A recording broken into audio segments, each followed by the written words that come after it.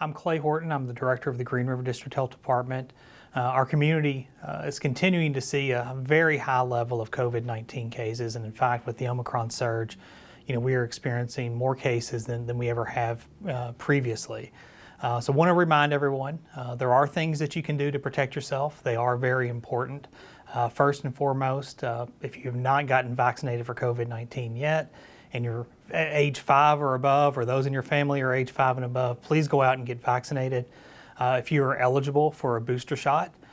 So anyone who it's been 5 or more months since they've completed their series for Moderna or Pfizer COVID-19 vaccines, or 2 months for taking the Johnson & Johnson vaccine, you are eligible for a booster, and you should seek that out.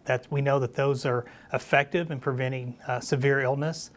They will make it much less likely for you to have illness that would require hospitalization or death.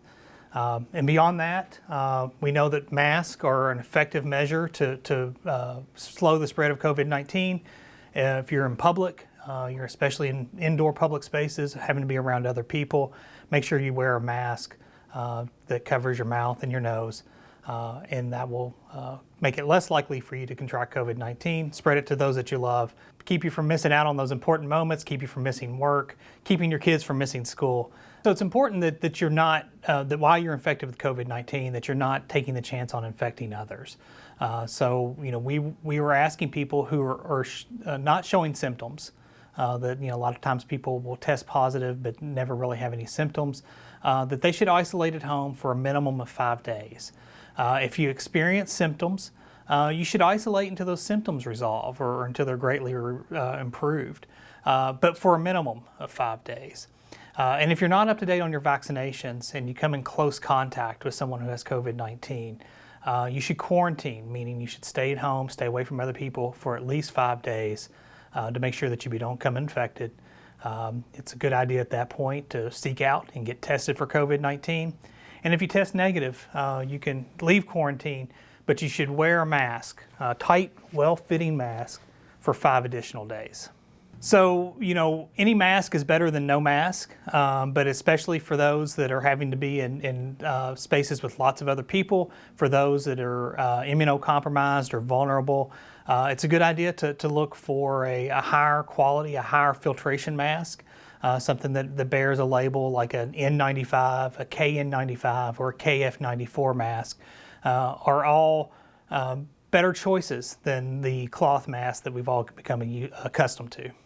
So there are many options for testing right now. Testing is in high demand and at times can be difficult to find for in a short amount of time. Home tests are acceptable, if you can find them. But we would also, if you have symptoms and that home test comes back negative, you want to seek the care of your healthcare provider to find out what's going on. In terms of most of the healthcare providers that are using centralized laboratories with PCR tests, that's a very effective test as well.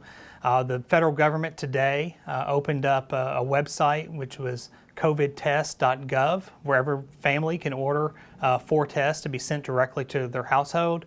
I would encourage people to sign up there. And then, if you go to kycovid19.ky.gov, you can find a list of testing sites. We do testing here at the Health Department. Owensboro Health has very robust drive-through testing. A lot of our urgent cares, pharmacies in town, all offer testing. So testing is available, but right now there's just a lot of demand for it, and so you may have to call 2 or 3 places to find an open slot. So I think the state website, kycovid19.ky.gov, is one of the easier to navigate, that has lots of good information. CDC.gov has a very robust website. They have guidance by specific sector. There is a great amount of data that's updated daily. So I would direct people to one of those 2 websites for their sources of information.